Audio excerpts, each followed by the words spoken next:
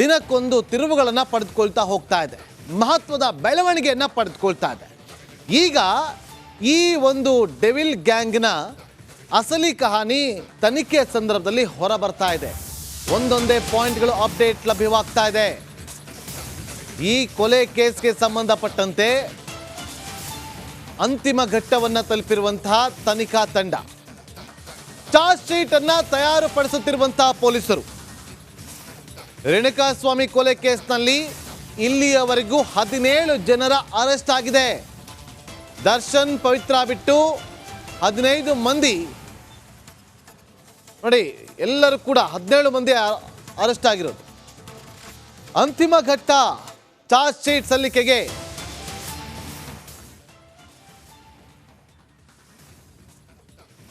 ನೋಡಿ ದೃಶ್ಯಾವಳಿಯಲ್ಲಿ ಗಮನಿಸ್ತಾ ಇದ್ದೀವಿ. ದರ್ಶನ್ ಆಸ್ಪತ್ರೆಗೆ ಪರೀಕ್ಷೆಗೆ ಅಂತ ಹೋಗ್ತಾ ಇದ್ದಂಥ ಸಂದರ್ಭದ ದೃಶ್ಯಾವಳಿ.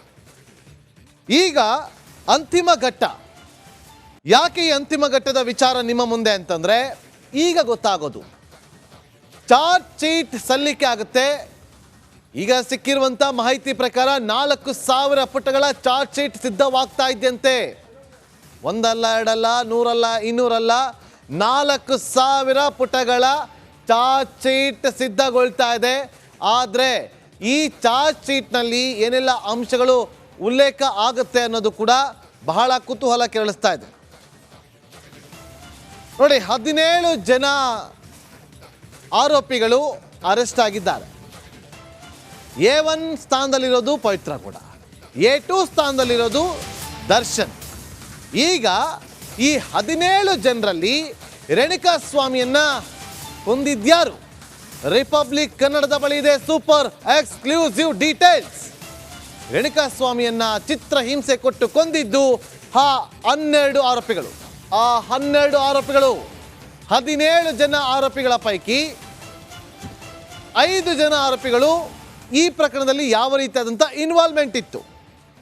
ಅಸಲಿ ಹಂತಕರು 12 ಜನ.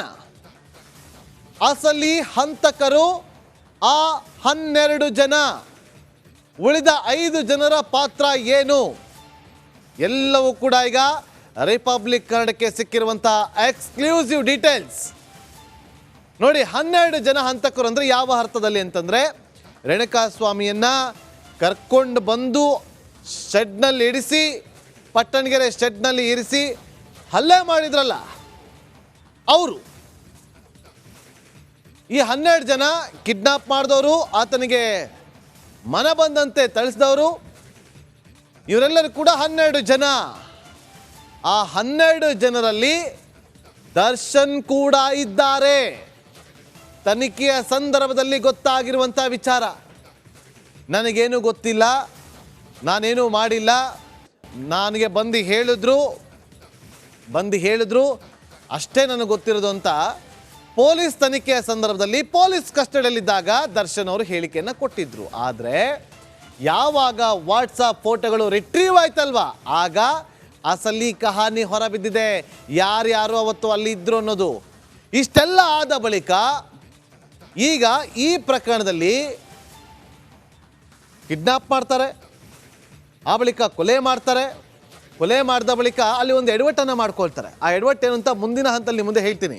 ಆದರೆ ಅದಕ್ಕಿಂತ ಮುಂಚೆ ಈ ಸಾಕ್ಷಿ ನಾಶ ಮಾಡ್ತಾರಲ್ಲ, ಅದಕ್ಕೆ ಸಂಬಂಧಪಟ್ಟಂತೆ ಒಂದು ಸ್ಪೆಷಲ್ ರಿಪೋರ್ಟ್ ಇದೆ, ಕ್ವಿಕ್ ಆಗಿ ನೋಡ್ಕೊಂಬನ್ನಿ.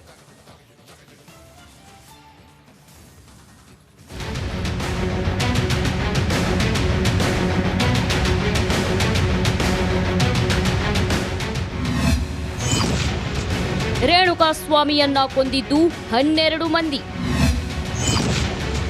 ಜೈಲು ಸೇರಿದ್ದು ಮಾತ್ರ ಬರೋಬ್ಬರಿ 17 ಮಂದಿ. ರೇಣುಕಾಸ್ವಾಮಿ ಕೊಲೆ ಕೇಸ್ನಲ್ಲಿ 17 ಮಂದಿ ಜೈಲು ಪಾಲಾಗಿದ್ದಾರೆ. ಸದ್ಯ ಮರ್ಡರ್ ಕೇಸ್ ಸಂಬಂಧ ಪೊಲೀಸರು ಚಾರ್ಜ್ ಶೀಟ್ ರೆಡಿ ಮಾಡ್ತಿದ್ದು, ಇದರಲ್ಲಿ ಯಾವ ಆರೋಪಿಯದ್ದು ಯಾವ ಪಾತ್ರವಿತ್ತು ಅನ್ನೋದರ ಬಗ್ಗೆ ಉಲ್ಲೇಖಿಸಲಾಗಿದೆ. ಚಾರ್ಜ್ ಶೀಟ್ನಲ್ಲಿ ಉಲ್ಲೇಖವಾಗಿರುವ ಆರೋಪಿಗಳ ಎಕ್ಸ್ಕ್ಲೂಸಿವ್ ಡೀಟೇಲ್ಸ್ ರಿಪಬ್ಲಿಕ್ ಕನ್ನಡಕ್ಕೆ ಲಭ್ಯವಾಗಿದೆ.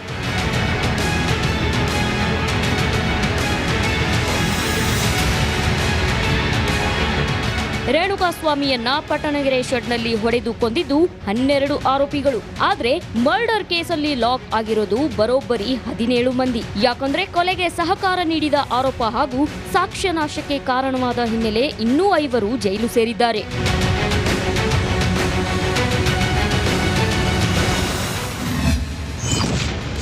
ಕೊಲೆ ಮಾಡಿದ 12 ಜನ ಇವರೇ. A1 Pavithra Gowda, A2 Darshan, A3 Pavan, A4 Raghavendra, A5 Nandish, A6 Jagadish, A7 Anukumar, A9 Dhanraj, A10 Vinay, A11 ನಾಗ, A12 ಲಕ್ಷ್ಮಣ್, A14 ಪ್ರದೂಷ್. ಇಷ್ಟೂ ಜನ ಕೊಲೆ ಮಾಡಿರೋ ಆರೋಪದ ಮೇಲೆ ಜೈಲು ಪಾಲಾಗಿದ್ದಾರೆ.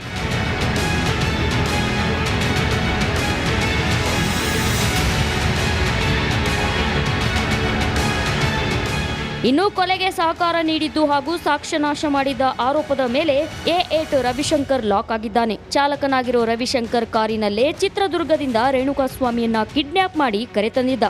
ಶವ ಬಿಸಾಕಲು ಈತನೇ ಕಾರು ಚಾಲನೆ ಮಾಡಿದ್ದ.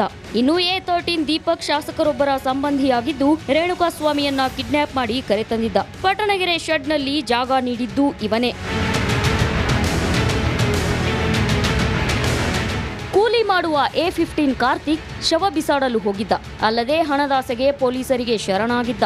A16 ಕೇಶವಮೂರ್ತಿ ಹಣದಾಸೆಗೆ ಶರಣಾಗಲು ರೆಡಿಯಾಗಿದ್ದ. ಅಲ್ಲದೆ ಶವ ಬಿಸಾಡಲು ಹೋಗಿದ್ದ. ಇನ್ನು ದರ್ಶನ್ ಮನೆಯ ಕೆಲಸಗಾರನಾಗಿದ್ದ A17 ನಿಖಿಲ್ ನಾಯಕ್ ಹಣದಾಸೆಗೆ ಶವ ಬಿಸಾಡಲು ಮುಂದಾಗಿದ್ದ. ಬಳಿಕ ಪೊಲೀಸರಿಗೆ ಶರಣಾಗಿದ್ದ. ಹೀಗೆ ಒಬ್ಬರ ಮೇಲೆ ಒಂದೊಂದು ಆರೋಪವಿದ್ದು ಸದ್ಯ ಚಾರ್ಜ್ ಶೀಟ್ ರೆಡಿಯಾಗ್ತಿದೆ.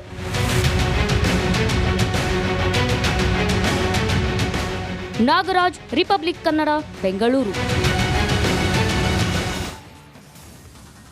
ನೋಡಿ, ಹಂತಕರು ಯಾವ ರೀತಿಯಾಗಿ ಸಾಕ್ಷಿಗಳನ್ನು ಮುಚ್ಚಿ ಹಾಕೋದಕ್ಕೆ ಪ್ರಯತ್ನ ಪಟ್ಟಿದ್ರು ಅಂತ ಹೇಳಿ ನೀವೀಗ ವರದಿಯನ್ನು ಗಮನಿಸಿದ್ರಿ. ಮತ್ತೊಂದು ಎಡವಟ್ಟೇನು ಮಾಡ್ಕೊಂಡಿದ್ರು ಗೊತ್ತಾ? ಇವರೆಲ್ಲ ಪ್ಲಾನ್ ಮಾಡ್ಕೊಳ್ತಾರೆ. ಪ್ಲಾನ್ ಮಾಡಿಕೊಂಡು ಈ ರೇಣುಕಾಸ್ವಾಮಿ ಬಟ್ಟೆಯನ್ನು ಒಂದು ಕಡೆ ಬಿಸಾಕಬೇಕಾಗಿತ್ತು, ರೇಣುಕಾಸ್ವಾಮಿ ಮೃತದೇಹವನ್ನು ಒಂದು ಕಡೆ ಡಿಸ್ಪೋಸ್ ಮಾಡಬೇಕಾಗಿತ್ತು. ಆದರೆ ಎಲ್ಲಿ ಬಾಡಿಯನ್ನು ಡಿಸ್ಪೋಸ್ ಮಾಡಬೇಕಿತ್ತು ಅಲ್ಲಿ ಬಟ್ಟೆನ ಡಿಸ್ಪೋಸ್ ಮಾಡ್ತಾರೆ, ಎಲ್ಲಿ ಬಟ್ಟೆಯನ್ನು ಬಿಸಾಡಬೇಕಾಗಿತ್ತು ಅಲ್ಲಿ ಮೃತದೇಹವನ್ನು ತೆಗೆದುಕೊಂಡು ಹೋಗಿ ಬಿಸಾಕ್ತಾರೆ. ಇಲ್ಲಿ ಆಗಿದ್ದು ಎಡವಟ್ಟು.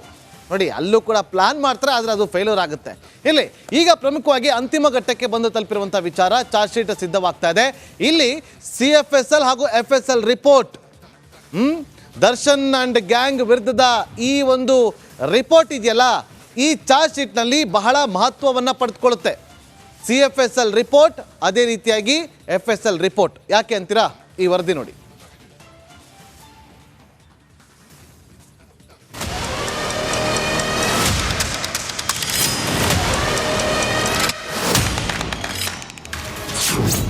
ಅಂತಿಮ ಹಂತಕ್ಕೆ ರೇಣುಕಾಸ್ವಾಮಿ ಕೊಲೆ ಕೇಸ್. ಚಾರ್ಜ್ ಶೀಟ್ ಸಲ್ಲಿಕೆ ಕಾರ್ಯಕ್ಕೆ ಮತ್ತಷ್ಟು ವೇಗ. ರೇಣುಕಾಸ್ವಾಮಿ ಕೊಲೆ ಕೇಸ್ನ ಪ್ರಮುಖ ಸಾಕ್ಷಿಗಳಿಗೆ ಕಾಯ್ತಿದ್ದ ರಿಪೋರ್ಟ್ ಪೊಲೀಸರ ಕೈ ಸೇರಿದೆ.